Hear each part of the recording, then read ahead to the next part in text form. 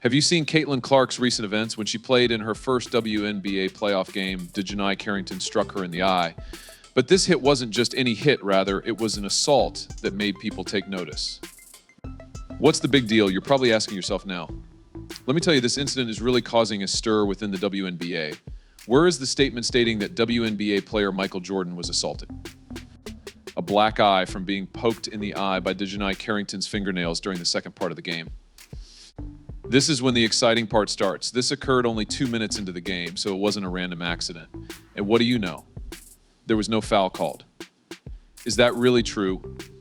When a famous player is struck in the eye, the referees simply ignore it. And that's not even the most absurd aspect. In the first 2 minutes of the game, while Caitlin Clark is trying to pass the ball, this woman swats at the basketball and for some reason decides to turn her palm down and poke her fingernail straight into Caitlin Clark's eye. No foul was committed, no referees interjecting to check on anything. Is this blatantly inappropriate? Not at all. Everyone simply went on. Your main attraction, your lifeblood, the reason you matter, was just stabbed and attacked and got away with it all. Additionally, Dijonai and Caitlin Clark had a past. There are a lot of these females in the WNBA, but she ranks first on the list, along with Chicago's Kennedy Carter and Angel Reese. The whole thing is bringing to light some serious problems in women's basketball. We're discussing league regulations, player safety, and even some wacky hypotheses as to why this occurred. You're going to want to stay for this, I promise. What transpired concerning Caitlin Clark? It involves much more than simply one player being injured. You might assume that a professional athlete could recover from such a setback, though. False. Caitlin Clark shot 4 of 17 from the field in a poor performance.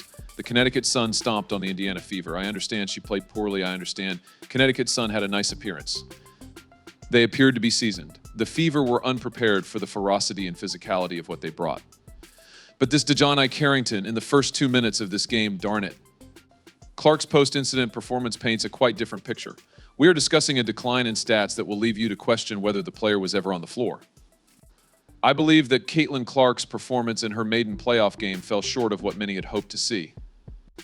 Yes, this was a pretty comparable performance to what we witnessed in her rookie season's first game if you go back 4 months. Many folks get that way in Connecticut, therefore it is really irrelevant how good you are or believe you are.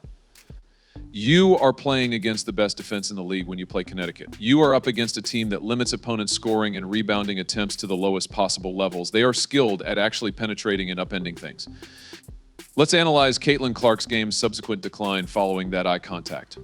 What was her average score? It fell from a respectable 20 points per game to only 11. It's not a little decline at all. It's as though someone turned on her capacity for scoring. Wait, things get worse. What is her shooting percentage? It fell sharply to 23.5%. Coaches get very little sleep at night when they see numbers like that.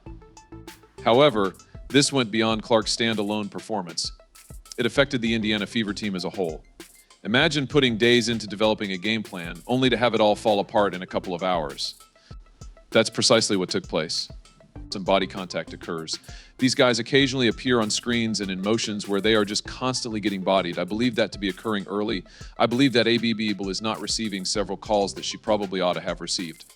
Ultimately, though, tonight's officiating isn't really the point. We really need to improve our defense. And in reference to the preceding query, the coach was required to discard their playbook and begin from scratch, all as a result of their star player's single hit.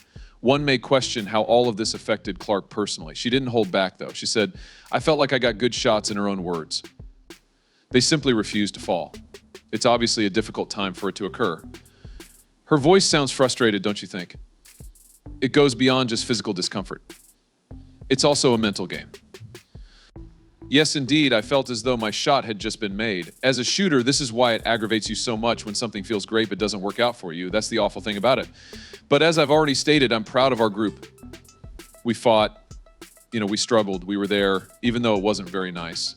With a few minutes remaining in the third, I believe we cut it to 8. But they probably came back and scored a 3 against us. Thus, I believe it entered. And for a moment, let's discuss that mental game. Gone was Clark's typical precision passing. Due to her vision impairment, she was turning the ball over more frequently than usual. It is like attempting to thread a needle while keeping one eye closed, which is not precisely a formula for triumph in a crucial playoff match. Caitlin was the third, and her shooting was subpar. Additionally, there was a lot of discussion around her shooting. She had, decent assistance. What did she have? 8 assists, 11 points before a 17-point shot. Really out of character for Clark. Well, I believe she was bothered by the length, but see what Kelsey Mitchell stated. Of course, you're probably thinking, but she's a professional athlete. She ought to be able to persevere, right? And that's where the intriguing part starts. Clark continued to play in spite of everything, the discomfort, the annoyance, the mishandled game plan.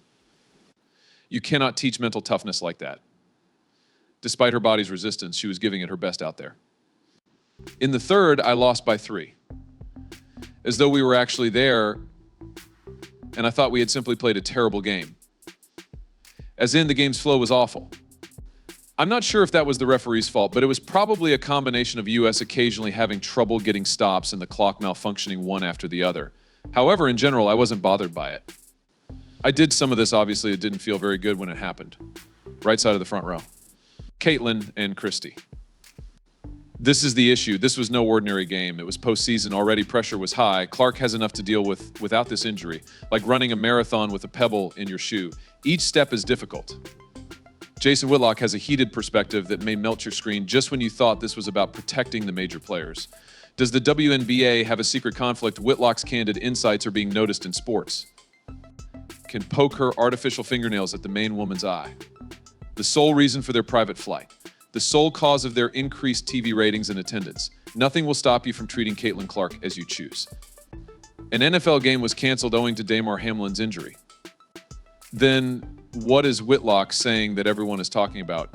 He claims Caitlin Clark's hit was not isolated. No, he thinks it's WNBA pattern. Is that imaginable?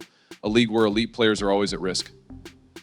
Whitlock exactly advises that. This is where things get heated. Whitlock is making serious allegations. He implies that Clark, this rising star, will face more than tenacious resistance. Discuss discrimination toward LGBTQ non-supporters. Discuss locker room pressure and sex. Does Brittany Griner play in Phoenix? Brittany Griner will face serious penalties if she keeps wanting to see Caitlin Clark. According to the few heterosexual women in the WNBA, it's like entering a prison where someone will try to take off your belt. Other heroes include Brittany Griner. This will only be discussed here. Everyone will ignore it. The sexual dynamics, prejudice, and oppression she faces will be ignored. Feel free, Steve. He discusses hatred, envy, and racism. Yes, you heard that. Whitlock feels African-American league players may be racist toward Clark. The narrative continues. Whitlock says that lesbian athletes may dislike Clark because she is Catholic. I assume she's a Catholic. She is Catholic but not devout. Her sin is enough. She is Catholic, a Catholic straight woman. Tear her apart and ruin her. What she's. That's a lot to process, isn't it? It appears as though he is portraying the WNBA as a battleground for people from all backgrounds and ethnicities. Other than what we'll discuss on this podcast, nobody else can talk about this because she is not a member of the LGBTQ squad. She will encounter some bigotry from black players and some animosity from lesbian players. She follows the Catholic faith. She is dating someone. Clearly a career spanning generations in collegiate basketball. What impact do you believe her game will have on the W? Why, though, would Whitlock assert these things? Since Clark's star is rising, he claims the hate and jealousy will worsen.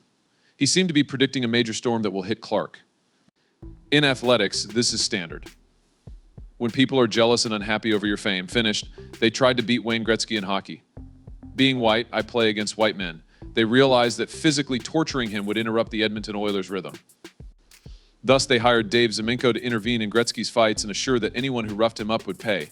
You need a black woman to support Caitlin in the WNBA. Because a white girl will make it a little race issue.